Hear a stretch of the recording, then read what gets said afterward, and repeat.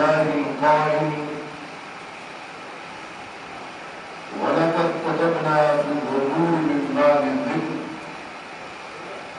أن الأرض يرثها عبادي الصالحون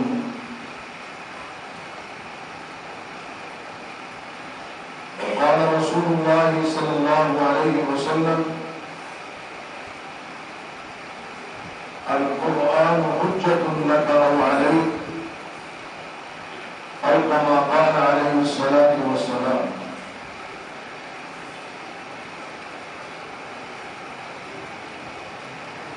محترم جناب پروفیسر سیف اللہ خالد صاحب، قائم مقام امیر، اسٹیج پر جلوہ افروز علماء امت، عمائدین علاقہ، قابل قدر سامعین،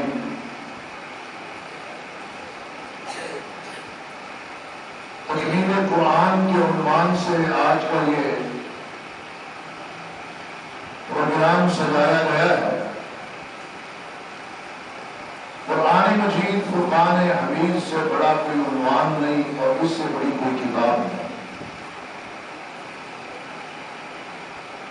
انبیاء اور رسول کا سلسلہ حضرت محمد رسول اللہ صلی اللہ علیہ وسلم پر مکمل اور ختم ہوا۔ آسمانی کتابوں کا سلسلہ بھی قرآن مجید فرقان حمید پر ہی مکمل اور ختم ہوا۔ محمد رسول اللہ صلی اللہ علیہ وسلم کے بعد کوئی نبی اور رسول نہیں اور قرآن مجید کے بعد کوئی آسمانی کتاب نہیں۔ یہ وہ کتاب ہے ذالک الکتاب لا ریب فیہ، جس میں کوئی شک نہیں،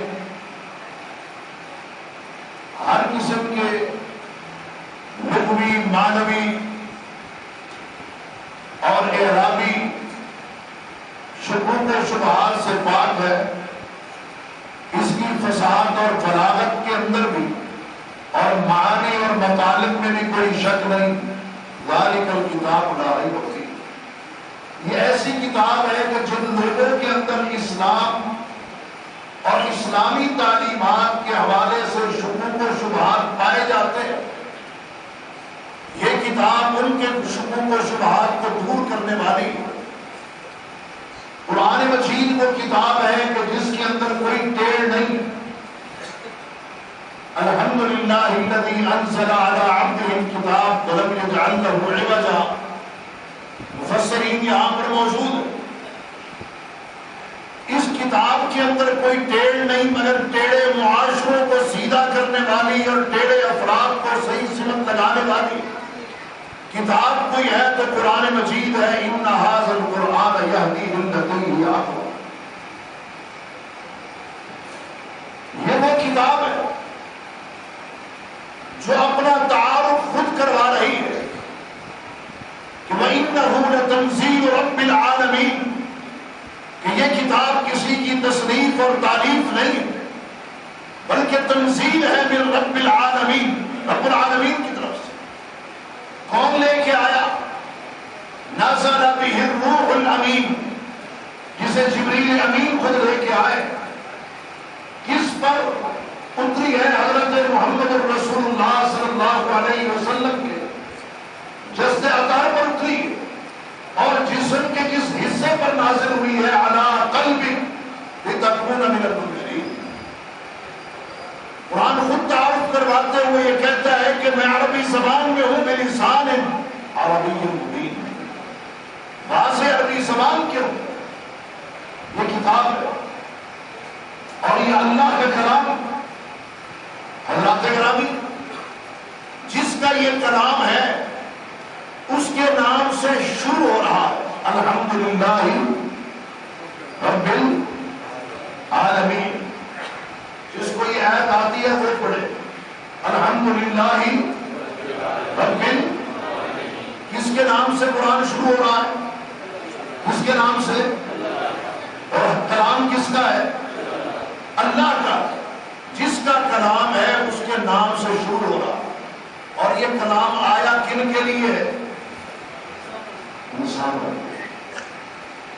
جن کے لیے آیا ہے ان کے نام پہ مکمل ہو رہا ہے. من الجنتی والناس، جس کا ہے اس کے نام سے شروع ہے. جن کے لیے آیا ہے ان کے نام پہ مکمل ہو رہا ہے. من الجنتی والناس. بات یہ سمجھ آئی ہے کہ قرآن ہمارے لیے آیا، انسانوں کے لیے آیا، اور قرآن مجید کا موضوع ہم انسان. موضوع القرآن هو الانسان لأنه مکلف. انسان مکلف ہے اور قرآن کا موضوع انسان. قرآن ہمارے لیے اتارا گیا. قرآن مجید فرقان حمید ہمارے لیے نازل کیا گیا. اللہ اکبر کبیرہ. شاید ہمیں اس بات کا علم نہیں کہ قرآن مجید ہمارے لیے آیا، ہمیں سیدھی راہ دکھانے آیا. ہمارے عقائد کو، ہمارے نظریات کو، ہمارے افکار کو، ہماری معیشت کو، ہماری معاشرت کو، ہماری سیاست کو درست اور صحیح کرنے کے لیے اللہ تبارک و تعالی نے قرآن مجید فرقان حمید کو نازل کیا. شاید یہ سبق ہم بھول چکے. ہم نے شاید یہ سمجھ رکھا ہے کہ قرآن اس لیے آیا ہے کہ صرف اس کی تلاوت کرنی. تلاوت بھی باعث اجر و ثواب. ایک حرف کی تلاوت پر 10 نیکیاں اللہ عطا کرتا. لیکن قرآن مجید فرقان حمید، اس کے جو ہمارے اوپر حقوق ہے، پہلا حق یہ ہے کہ اس پر ایمان لایا جائے جس طرح ایمان لانے کا حق. اور دوسرا قرآن کا حق کیا ہے؟ الذین آتیناہم الکتاب یتلونہ حق تلاوتہ. جس طرح تلاوت کرنے کا حق ہے اس طرح ہم قرآن مجید کی تلاوت کریں. اور تیسرا حق قرآن مجید کا ہمارے اوپر، ہم اس میں تدبر اور کریں. افلا یتدبرون القرآن ام علی قلوب اقفالها.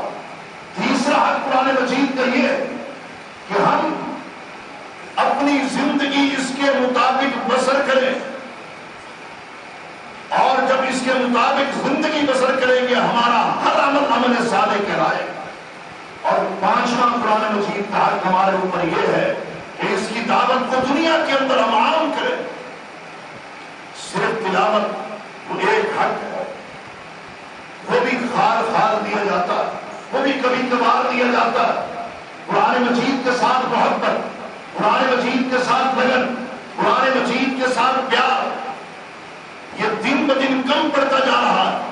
خوش نصیب ہیں وہ والدین جن کے بچوں نے قرآن آج مکمل کیا اور ان کی تقریب ہو رہی.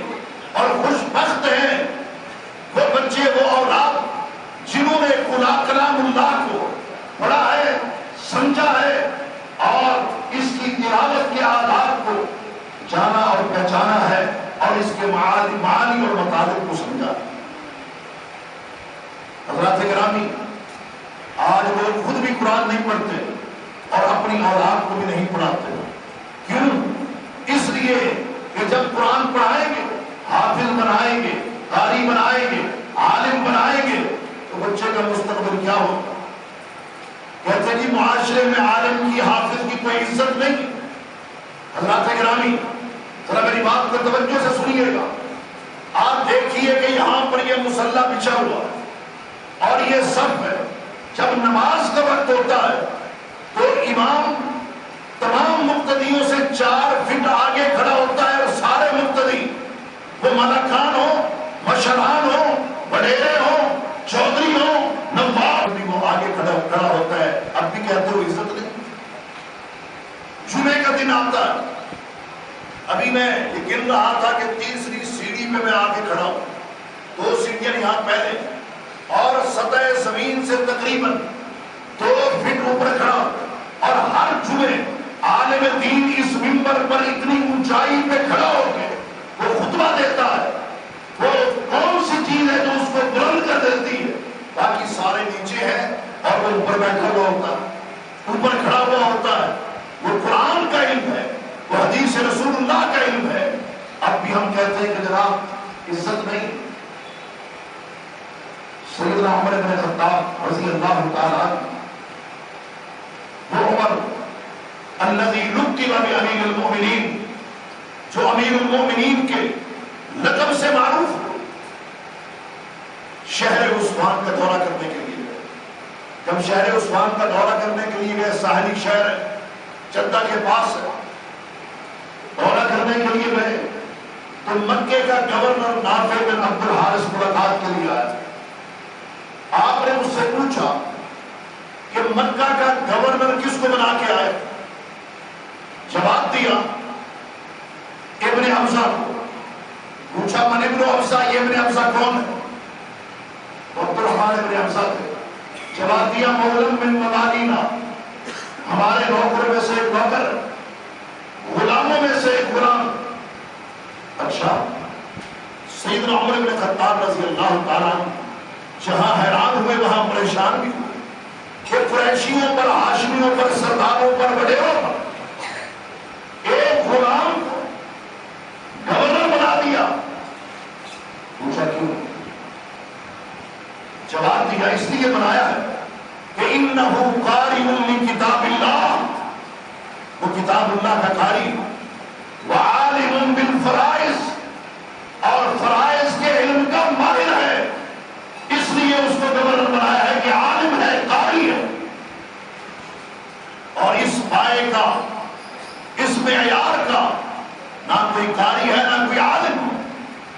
سیدنا عمر بن خطاب رضی اللہ تعالیٰ عنہ نے جب یہ بات سنی تو کہا اللہ کے نبی محمد صلی اللہ علیہ وسلم نے سچ فرمایا ہے کہ ان اللہ یرفع بہذا الکتاب اقواما ویضع بہ آخرین، بے شک اس کتاب قرآن مجید فرقان حمید کی وجہ سے اللہ قوموں کو اردو جو عزت دیتا ہے، جو اس سے تعلق کو توڑ لیتے ہیں اللہ ذلیل کر دیتا ہے، جو تعلق کو جوڑ لیتے ہیں اللہ انہیں سر بلند کر دیتا ہے۔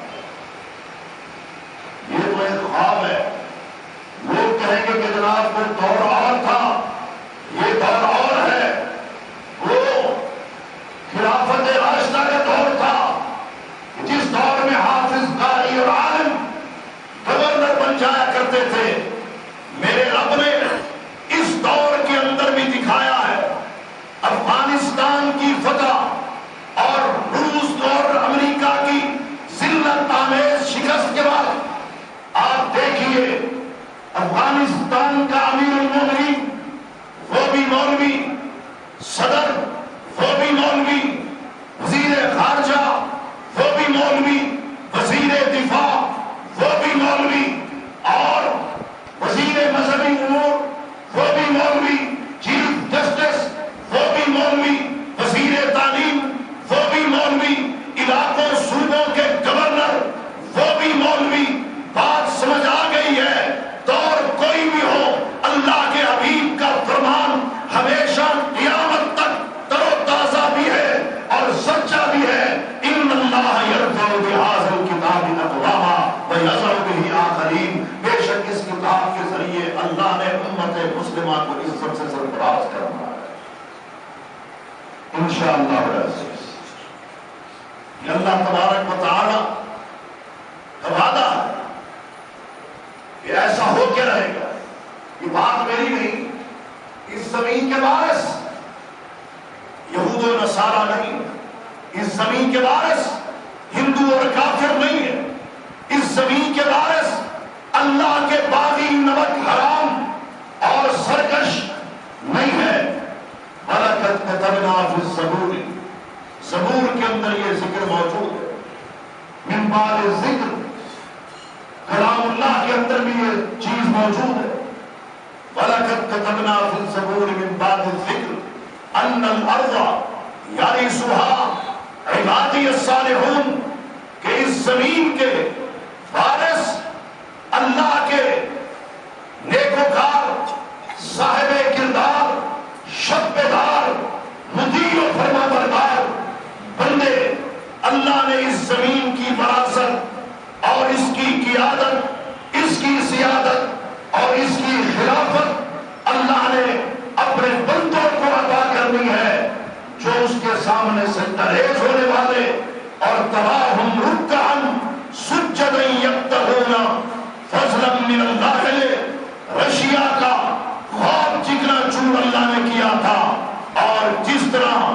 اللہ نے تباہ و برباد برطانیہ کو کیا تھا، اسی طرح اللہ تبارک و تعالی نے شکست سے دو چار امریکہ کو کیا۔ حضرات گرامی، فرعون کی طرح جب برطانیہ نے انا ربکم الاعلی کا دعویٰ کیا اور وہ دنیا پر چڑھ دوڑا، علاقوں کے علاقے اور ملکوں کے ملک، وہ زوال پذیر کرتا چلا گیا۔ جب برطانیہ افغانستان میں پہنچا تو جب ان سے دو دو ہاتھ ہوئے، انہوں نے درگت بنائی، شکستوں پہ شکستیں دی، اور ان کا ایک زخمی کرنل گدھے پر بٹھا کے واپس بھیجا کہ پچھڑوں کو جا کے بتا دو کہ جس قوم سے تمہارا پالا پڑا ہے، ان کی جرأت، ان کی شجاعت، ان کی دلیری وہ کس طرح کی ہے۔ اس کے بعد برطانیہ دنیا کے نقشے پر اپنا وجود برقرار نہیں رکھ سکا۔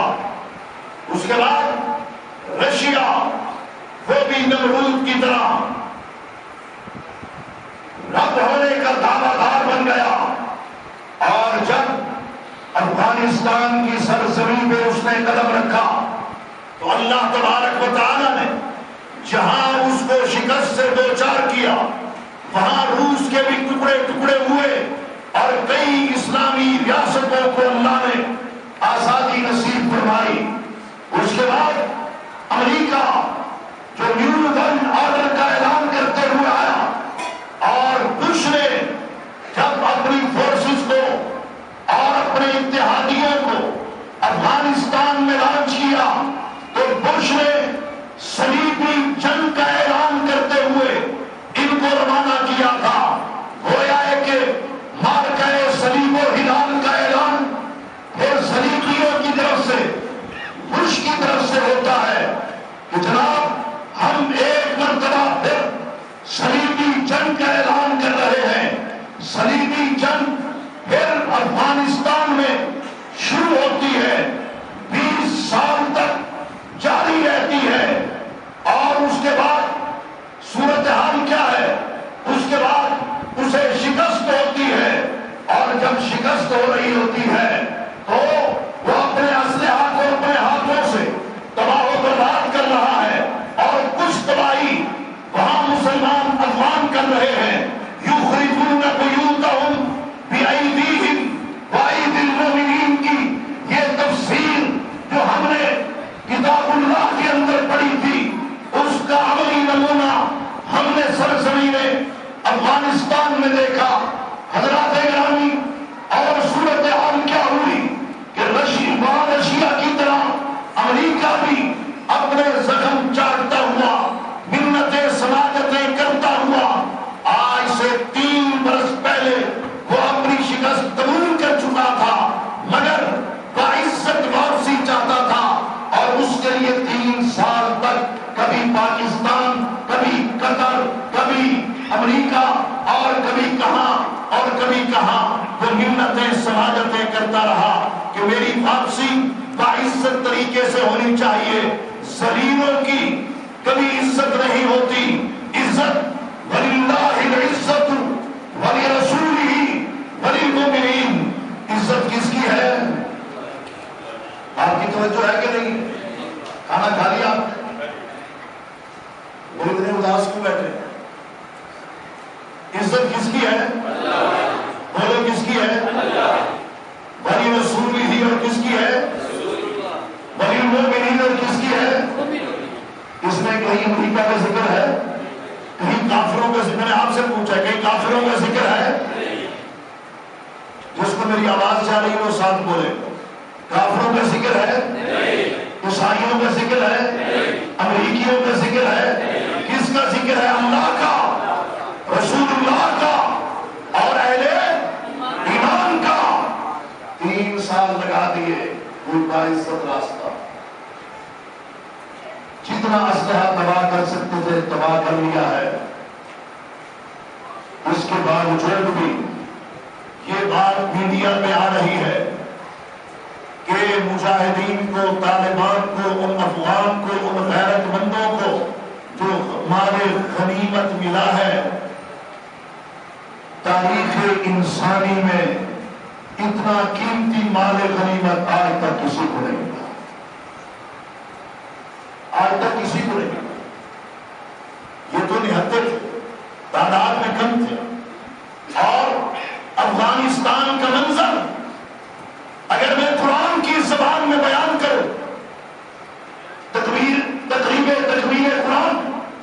قرآن کی زبان میں، وَاذْكُرْ إِذْ أَنْتُمْ قَلِيلٌ مُسْتَضْعَفُونَ فِي الْأَرْضِ، تعداد میں تم کیا تھے؟ تعداد میں کیا تھے؟ مستضعفون فی الارض، اور زمین میں کمزور، تخافون، ان خوفزدہ بھی تھے، ان یتخطفکم الناس، تمہیں کہیں اچک نہ، فآواکم، تو پناہ کس نے دی؟ وَأَيَّدَكُمْ، اور تمہاری تائید کس نے کی؟ میں ان سے پوچھ رہا ہوں تو اللہ کو ماننے والے ہیں، مدد کس نے کی؟ بِنَصْرِهِ وَرَزَقَكُمْ مِنَ الطَّيِّبَاتِ، پاکیزہ رزق، غنیمتوں کا مال، اس سے پاکیزہ رزق اور کیا ہو؟ غنیمتوں کا مال اللہ تبارک و تعالی نے انہیں عطا کیا۔ اچھا، ملک ایسا ہے جو کسی کا مقروض نہیں، بینک بھی کوئی نہیں، اور وہ کسی کے مقروض بھی نہیں ہے، اور کسی قسم کی کوئی موذی بیماری بھی، کرونا بھی نہیں گیا۔ یہاں پاکستان میں اس کا کتنا راؤنڈ شروع ہو رہا ہے؟ چوتھا۔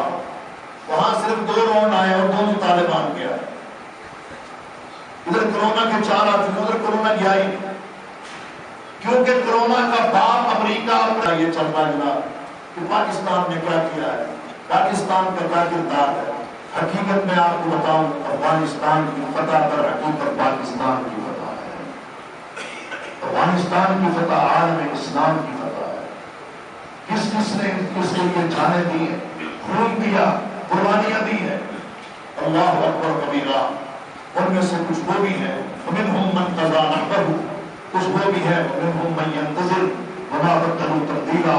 ایک تو یہ وطن عزیز پاکستان، جس کا احترام اور جس سے محبت ہمارے اوپر لازمی اور ضروری، یہ ملک ہے، یہ وطن ہے، یہ دھرتی ہے تو منبر و محراب بھی ہے، مسند و مصلی بھی ہے۔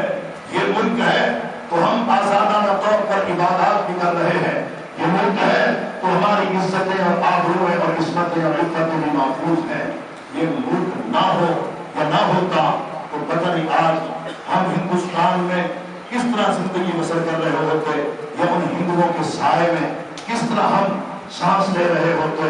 اس کا تصور بھی کیا جائے تو دل دہل جاتا ہے اور آنکھیں الٹی ہو جاتی ہیں۔ ایک تو اس حوالے سے پاکستان الحمدللہ اپنے نمایاں کردار کے ساتھ کھڑا ہے اور کھڑا رہے۔ اور دوسری بات اس حوالے سے کہ طالبان کے جو پرانے کلپ یا طالبان کے علاوہ جو مختلف تکفیری گروہ تھے، انہوں نے جو ظلم کیے، ان کے ویڈیو کلپ کو اٹھا کے سوشل میڈیا پر پھیلائے جا رہے ہیں، اور نیچے یہی لکھا جا رہا ہے کہ یہ ہے طالبان۔ میرے محترم بھائیوں، طالبان یہ نہیں ہے۔ طالبان نے فتح مکہ کی تاریخ کو تازہ اور زندہ کر کے رکھ دیا ہے، اور ان کا مربی بھی بڑا عظیم مربی ہے جس نے ان کی یہ تربیت کی، اور ان کو 2 قسم کی فتح ملی ہے۔ ایک فتح ان کو ملی ہے جو امریکہ اور اس کے اتحادیوں کے خلاف تھی، اور دوسری فتح جو انہوں نے لوگوں کے، اپنی عوام کے، افغانیوں کے دلوں کو فتح کیا ہے، وہ پہلی فتح سے بڑی فتح دوسری فتح ہے۔ اور وہ کیسے کیا؟ محمد الرسول اللہ والذین معہ اشداء علی الکفار رحماء بینہم بن کے کیا ہے۔ اس قسم کے کلپ پھیلانا اور پروپیگنڈے کا حصہ بننا، یہ بات قطعی طور پر درست نہیں ہے۔ اس کا ہم نے حصہ نہیں بننا، بلکہ ہم نے اللہ کا شکر ادا کرنا ہے کہ ہمارا پڑوسی ملک افغانستان الحمدللہ اب تو ایسا ملک بن چکا ہے جس کی عوام کے دل پاکستانی عوام کے ساتھ دھڑکتے ہیں اور جس کے حکام کے دل الحمدللہ پاکستان سے اور پاکستان کی محبت سے جڑے ہوئے ہیں۔ یہی پیغام آپ کو دینا تھا اللہ کے فضل و کرم سے، تو ہم نے انشاءاللہ العزیز دعا کرنی ہے کہ اللہ ان کو ہر قسم کے داخلی اور خارجی فتنے سے محفوظ فرمائے، اللہ ان کی تائید و مدد فرمائے اور ان کو اسلامی حکومت کے قیام کے لیے توفیق وافر عطا فرمائے۔ تو کیا انشاءاللہ العزیز ہم ان باتوں پر عمل کریں گے؟ سارے کریں گے؟ وہ سوئے پہ ان کو جلانے چکے پروفیسر صاحب اللہ خالد صاحب کا خطاب بھی شروع ہونے والا ہے، میں نے کہا ہاتھ اٹھا کے بتائیں انشاءاللہ یہ کام کریں، سارے تیار ہیں نا اس کے لیے انشاءاللہ العزیز۔ اور یہ بات ذہن میں رکھ لیجیے گا کہ ان اللہ یرفع بہذا الکتاب اقواما ویضع بہ آخرین، جس طرح وہ قرآن سے جڑ گئے، دین اسلام سے جڑ گئے، ہم بھی جڑ کے دکھا دیں، اللہ ہمیں بھی وہ نعمتیں عطا کرے گا جن نعمتوں سے اللہ نے ان کو نوازا ہے۔ وآخر دعوانا الحمدللہ۔